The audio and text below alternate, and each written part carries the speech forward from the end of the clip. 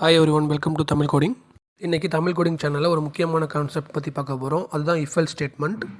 இது ரொம்ப இன்ட்ரெஸ்டிங்கான டாபிக். கண்டினியூவாக தொடர்ந்து பாருங்கள், ஈஸியாக அண்டர்ஸ்டாண்ட் பண்ணிக்க முடியும். இஃப் எல்ஸ் ஸ்டேட்மெண்ட் தெரிஞ்சுக்கிறதுக்கு முன்னால் நம்ம ஆப்ரேட்டர்ஸ்னால் என்னென்னு பேசிக்காக தெரிஞ்சுக்கணும். பிகாஸ் ஆப்ரேட்டர்ஸ் யூஸ் பண்ணி தான் நம்ம இஃப் எல்ஸ் ஸ்டேட்மெண்ட்டை அச்சீவ் பண்ண முடியும். ஸோ ஆப்ரேட்டர்ஸ் பற்றி உங்களுக்கு தெரியலனா கீழே கமெண்ட் செஷனில் ஆப்ரேட்டர்ஸ் பற்றின வீடியோ லிங்க் கொடுக்குறேன். அதை கிளிக் பண்ணி ஆப்ரேட்டர்ஸ் அண்டர்ஸ்டாண்ட் பண்ணிவிட்டு நெக்ஸ்ட்டு இஃப் எல்ஸை கண்டினியூ பண்ணிங்கன்னா இன்னும் கிளியராக உங்களுக்கு அண்டர்ஸ்டாண்ட் பண்ணிக்க முடியும். ப்ரோக்ராமில் சம் பிளேசஸில் நம்ம டிசிஷன் எடுக்கிற மாதிரி இருக்கும். அந்த மாதிரி இடத்துல இஃப் எல்ஸ் ஸ்டேட்மெண்ட் யூஸ் பண்ணி நம்ம அந்த டிசிஷனை மேக் பண்ணி அதுக்கான சொல்யூஷனை நம்ம ரெட்ரீவ் பண்ணிப்போம். ஃபார் எக்ஸாம்பிள், ஒரு ஸ்டூடெண்ட் பாஸ் ஆர் ஃபெயிலான்னு சொல்லி நீங்கள் ஒரு டிசிஷனை மேக் பண்ண போடுறீங்கன்னு ஞாபகம் வச்சுக்கோங்க.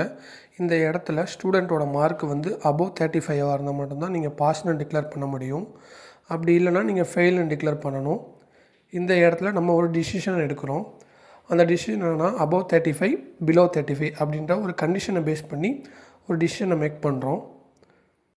நாம் மேக் பண்ணுற டிசிஷன் ஸ்டூடெண்ட் மார்க் அபோவ் 35க்கு மேலே இருந்தால் ஸ்டூடெண்ட்ஸ் பாஸ்ன்னு டிக்ளேர் பண்ணணும். அப்படி இல்லைனா பிலோ 35 கீழே இருந்தால் ஸ்டூடெண்ட் ஃபெயில்னு டிக்ளேர் பண்ணணும். இந்த இடத்துல நம்ம இஃப் எல்ஸ் ஸ்டேட்மெண்ட் யூஸ் பண்ணி அந்த கண்டிஷனை செக் பண்ணி அதுக்கான ரிசல்ட் செட்டை நம்ம கொடுக்க போகிறோம். இப்போ நம்ம என்ன பண்ண போகிறோம்னா, எக்லிப்ஸ் ஓப்பன் பண்ணி ஒரு நியூவர் கிளாஸ் கிரியேட் பண்ணிக்கிறேன். நியூவில் போயிட்டு கிளாஸ் கொடுக்குறேன். கிளாஸ் கொடுத்தோடனே எனக்கு கிளாஸ் கேட்கும், என்ன கிளாஸ் நேம்னு கேட்கும். இப்படி தான் ஒரு கிளாஸ் வந்து நம்ம கிரியேட் பண்ணுவோம். இந்த இடத்துல நான் கிளாஸ் நேம் வந்து ஸ்டூடெண்ட் கொடுக்குறேன், ஸ்டூடெண்ட்னு கொடுக்குறேன். கீழே வந்து பப்ளிக் ஸ்டாட்டிக் வெயிட் மேன் வந்து நம்ம கிரியேட் பண்ணும்போதே ஆட்டோமேட்டிக்காக வரணுமான்னு கேட்குது. நான் அதையும் டிக் பண்ணிக்கிறேன். டிக் கொடுத்துட்டு ஃபினிஷ் கொடுத்தேன்னா எனக்கு ஒரு கிளாஸ் கிரியேட் ஆகிடும். அந்த கிளாஸோட மெயின் மெத்தடும் சேர்த்து கிரியேட் ஆகும். அதுக்கு தான் நம்ம அந்த செக் பாக்ஸை டிக் பண்ணோம். இந்த இடத்துல நான் ஒரு வேரியபிள் கிரியேட் பண்ண போகிறேன். ஃபார் எக்ஸாம்பிள், ஸ்டூடெண்டோட மார்க்னால ஸ்டூடெண்ட் மார்க்னு சொல்லிட்டு ஒரு வேரியபிள் கிரியேட் பண்ணுறேன். அதோட வேல்யூ வந்து ஒரு 60 கொடுக்குறேன். இந்த வேல்யூ வந்து 16 இருக்கிறதுனால இது என்ன டேட்டா டைப்பாக இருக்கும்? இன்டிஜர் டேட்டா டைப்பாக இருக்கும். பிகாஸ் இது வந்து whole number, so integer data type நம்ம கொடுக்குறோம். இன்கேஸ் உங்களுக்கு இதை பற்றி ஐடியாவோ எந்த நாலேஜும் இல்லை, டேட்டா டைப் அந்த வேரியபிள் பற்றி நாலேஜ் இல்லைனா கீழே டிஸ்கிரிப்ஷனில் டேட்டா டைப் அண்ட் வேரியபிள் எப்படி கிரியேட் பண்ணுறது, அதை எப்படி யூஸ் பண்ணுறதுன்னு சொல்லி செப்பரேட்டாக ஒரு வீடியோ போட்டிருப்போம். அதுக்கான லிங்க் நான் கீழே கொடுத்துருக்கேன். அதை கிளிக் பண்ணி நீங்கள் அதை ஓப்பன் பண்ணி அண்டர்ஸ்டாண்ட் பண்ணிக்கோங்க. இப்போது நெக்ஸ்ட் நம்ம இஃப் எல்ஸ் பிளாக்குள்ளே போகலாம். ஃபஸ்ட்டு இஃப் கிரியேட் பண்ணுறேன். இஃப்குள்ளே என்ன பண்ணுவோம்னு சொன்னேன், இஃப்னா ஒரு கண்டிஷனை ஹோல்ட் பண்ணி அந்த கண்டிஷன் ட்ரூவாக இருந்தால் மட்டும் அதுக்கான பிளாக்குள்ளே அலோவ் பண்ணுவோம் அப்படின்னு ஞாபகம் வச்சுக்கணும். இதை தான் நம்ம லாஸ்ட்டாக படிக்கும் போதும் நான் சொன்னேன். இப்போது ஸ்டூடெண்ட் மார்க் வந்து greater than R equal to 35. ஏன்னா 35க்கு மேலே எடுத்திருந்தா தான் ஸ்டூடெண்ட் பாஸ்ன்னு சொல்லி நம்ம டிக்ளேர் பண்ணுவோம். ஸோ 35. அப்போ இங்கே என்ன சொல்ல வரோம்னா, ஸ்டூடெண்டோட மார்க் வந்து 35க்கு அபோவ் இருந்தால் இஃப் பிளாக்குள்ளே வரணும். அதாவது இஃப் பிளாக்குள்ளே என்டர் ஆகும். இல்லை அப்படின்னா, இல்லை பிலோ 35 இருந்துச்சுன்னா எல்ஸ் பிளாக்குள்ளே போகணும். இப்போ நம்ம system dot out dot brindle போட்டு நம்மளுக்கு அவுட்புட் என்ன கிடைக்குதுன்னு பார்த்துருவோமா? சிஸ்டம் டாட் அவுட் டாட் பிரிண்டல்ல நான் இப்போ வந்து இதுக்குள்ள ஸ்டூடெண்ட் பாஸ்ன்னு கொடுக்குறேன். எல்ஸ் பிளாக்ல ஜஸ்ட் ஸ்டூடெண்ட் ஃபெயில்னு கொடுக்குறேன். இப்போ நான் இந்த ப்ரோக்ராமை ரன் பண்ண போகிறேன். நமக்கான அவுட்புட் என்ன கிடைக்குதுன்னு பார்க்கலாம். பார்த்தீங்களா, ஸ்டூடெண்ட் பாஸ்ன்னு கிடைச்சிருக்கு. ஏன் ஸ்டூடெண்ட் பாஸ்ன்னு கிடைச்சிருக்கு? பிகாஸ் ஸ்டூடெண்ட் மார்க் வந்து 60, 35 விட அதிகமாக இருக்குது. ஸோ 60 கிடைக்குது. இன்கேஸ் இந்த இடத்துல நான் 40 கொடுக்குறேன்னு வச்சுக்கோங்க, சாரி 30 கொடுக்குறேன்னு வச்சுக்கோங்க. 30 கொடுத்தனா இந்த கண்டிஷன் ஃபெயில் ஆகிடுமா? ஃபெயில் மீன்ஸ் இங்கே 30 இருக்கும். 30 வந்து 35 விட பெரிய நம்பர் கிடையாது, small letter, small value. So இந்த இஃப் பிளாக்ல போகாது, டைரக்டா எல்ஸ் பிளாக்ல போயிட்டு இதுக்கான அவுட்புட் ஸ்டூடெண்ட் ஃபெயில்னு சொல்லி நம்ம டிஸ்பிளே ஆகும். இப்போ அதை ரன் பண்ணி பார்க்கலாமா?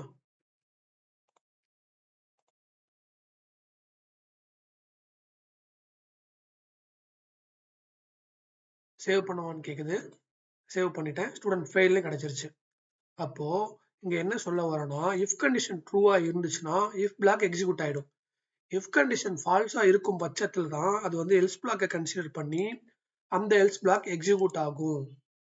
இப்போ உங்களுக்கு கிளியரா புரிஞ்சுக்கணும்னு நினைக்கிறேன். இஃப் எல்ஸ்னா என்ன, அதை எப்படி யூஸ் பண்றோம்னு. ஏதாவது ஃபர்தரா டீட்டெயில் இருந்தால் கீழே கமெண்ட் செக்ஷன்ல மென்ஷன் பண்ணுங்க, நான் அதை உங்களுக்கு கிளாரிஃபை பண்றேன். நெக்ஸ்ட் என்ன பண்றேன்னா, இஃப் நெஸ்டட் இஃப்னு சொல்லி ஒரு கான்செப்ட் இருக்கு. நெஸ்டட் இஃப்னா என்னன்னு பார்க்க போறோம். ஓகேவா? இப்போ சேம் ஸ்டூடெண்ட் இப்போ 16 கொடுத்து நான் பாஸ்னே வச்சுக்கிறேன். 60 மார்க் எடுத்திருக்காங்க, பாஸ்ன்னு கொடுத்துட்டேன். இப்போ இந்த ப்ரோக்ராமை ரன் பண்றேன் அகைன். இப்போ நமக்கு ரிசல்ட் செட்ல பாஸ்ன்னு கிடைச்சிருச்சு. இதே மார்க்கை வச்சுட்டு இப்போ ஸ்டூடெண்ட் பாஸ் ஆர் ஃபெயில் இது கண்டுபிடிச்சோம்ல, இதே இடத்துல நான் என்ன பண்ண போறேன், அவரோட கிரேட் செக் பண்ண போறேன். ஃபார் எக்ஸாம்பிள் நான் ஒரு 90க்கு மேல இருந்தா ஏ கிரேட். ஓகேவா? 90க்கு 90 to 100 மார்க் இருந்தா ஏ கிரேட்னு கொடுக்குறேன்னு வச்சுக்கோங்க. இப்படிதான் நம்மளோட கண்டிஷன் இருக்கு. A grade in case 60 to 90 அப்படின்னு இருந்தா பி கிரேடு 90 வராது. 90 to 100னாலே நம்ம ஏ கிரேட் கொடுத்துரும். அப்போ 89 தான் வரும். ஓகேவா? அப்போ 89 தான் வரும். நெக்ஸ்ட் ஒன் வந்து 35 to 59 இருந்தா சி கிரேடு. ஓகேவா? ஃபோர்த் ஒன் வந்து பிலோ 35 இருந்தா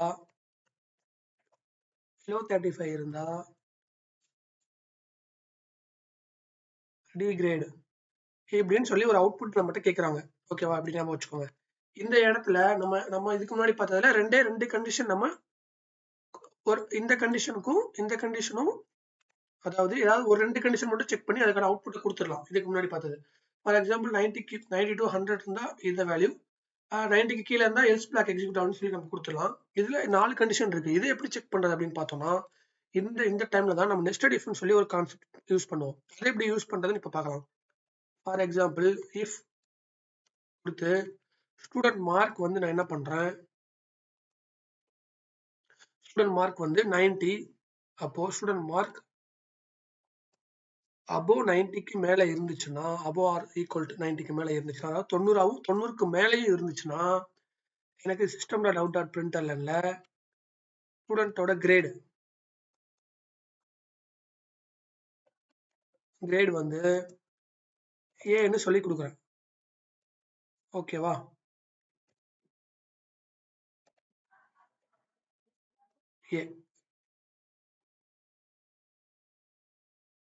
ஏன்னு கொடுக்குறேன். ஓகே.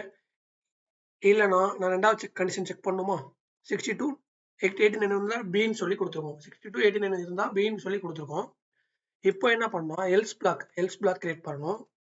எல்ஸ் பிளாக்குள்ள student mark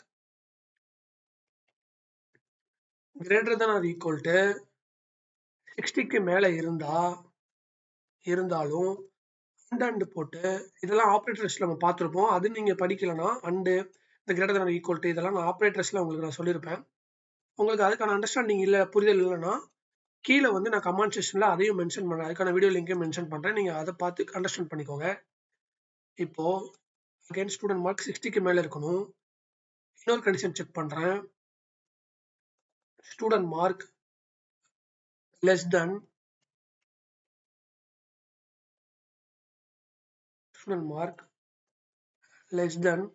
R equal to 89 இருக்கணும். இருந்தா எனக்கு வந்து இந்த பிளாக்குள்ள பி கிரேட் பிளாக்குள்ள போகுது அப்படின்னு அர்த்தம்.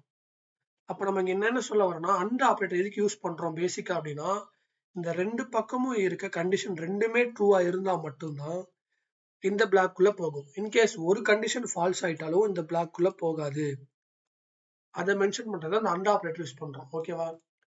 அடுத்து இது வந்து எல்சிஃப்னு மென்ஷன் பண்ணணும். அப்பதான் இது நெஸ்டட் இஃபா எடுத்துக்கும். நெக்ஸ்ட் நான் என்ன பண்றேன்னா, இன்னொரு எல்சிஃப் பிளாக் போடுறேன். அதுக்குள்ள student mark greater than or equal to இங்க என்ன கொடுத்துருக்கோம், 35 தானே. அப்ப 35 கொடுக்கும். அண்ட் ஆபரேட்டர் போட்டு student mark greater than or equal to இந்த இடத்துல 59 கொடுத்துருக்கோம். ஸோ 59 கொடுத்துக்கிறோம். கொடுத்துட்டு system.out.printlnல கிரேட் சின்னு கொடுக்குறோம். ஃபைனலா எல்ஸ் பிளாக்ல நம்ம இதை மென்ஷன் பண்ணணும் தேவையில்லை. டைரக்டா வந்து கிரேடு வந்து டின்னு கொடுத்துடலாம்.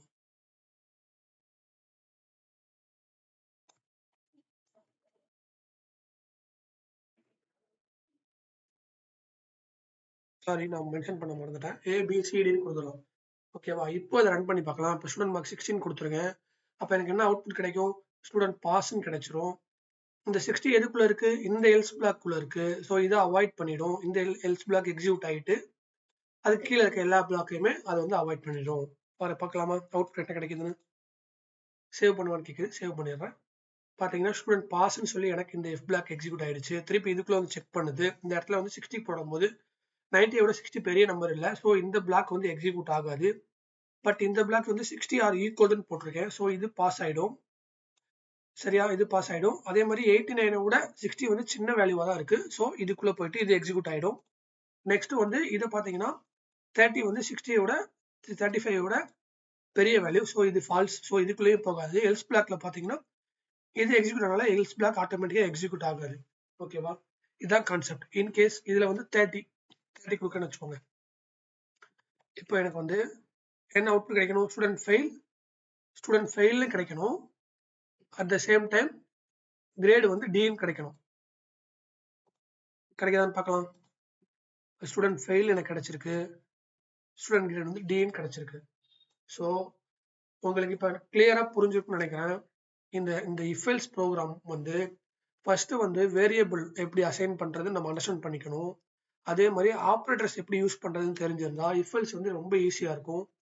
இதோட கான்செப்ட் என்னன்னா, இஃப் வந்து எக்ஸிக்யூட் ஆயிடுச்சுனாலே எல்ஸ் வந்து எக்ஸிக்யூட் ஆகாது. இன்கேஸ் இஃப் வந்து கண்டிஷன் பால்ஸ் ஆயிடுச்சுன்னா எக்ஸிக்யூட் பாஸ் ஆயிடும். நெஸ்டட் இஃப்ல என்ன சொல்றாருன்னா, இஃப் எக்ஸிக்யூட் ஆயிடுச்சுன்னா அடுத்து எல்ஸ் இஃப் கன்சிடர் பண்ணும். அதுவும் எக்ஸிக்யூட் ஆயிடுச்சுன்னா ஒரு கண்டிஷனா செக் பண்ணி எந்த பிளாக்லாம் பாசிபிளா இருக்கோ அந்த பாசிபிள் பிளாக் எல்லாமே எக்ஸிக்யூட் ஆகிட்டே இருக்கும்.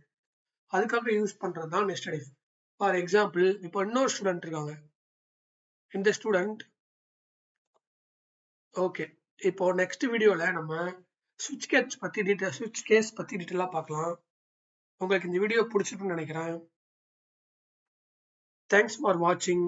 என்னோட வீடியோ உங்களுக்கு அடிக்கடி வரணும், நீங்க அடிக்கடி வாட்ச் பண்ணணும்னு நினைச்சீங்கன்னா, என்னோட டீச்சிங் உங்களுக்கு பிடிச்சிருந்தாலோ என்னோட சேனலை சப்ஸ்கிரைப் பண்ணிட்டு எனக்கு கொஞ்சம் சப்போர்ட் பண்ணுங்க. நான் ஃபர்தரா வீடியோ போடுறதுக்கு அது ரொம்ப ஹெல்ப்ஃபுல்லா இருக்கும். தேங்க்யூ.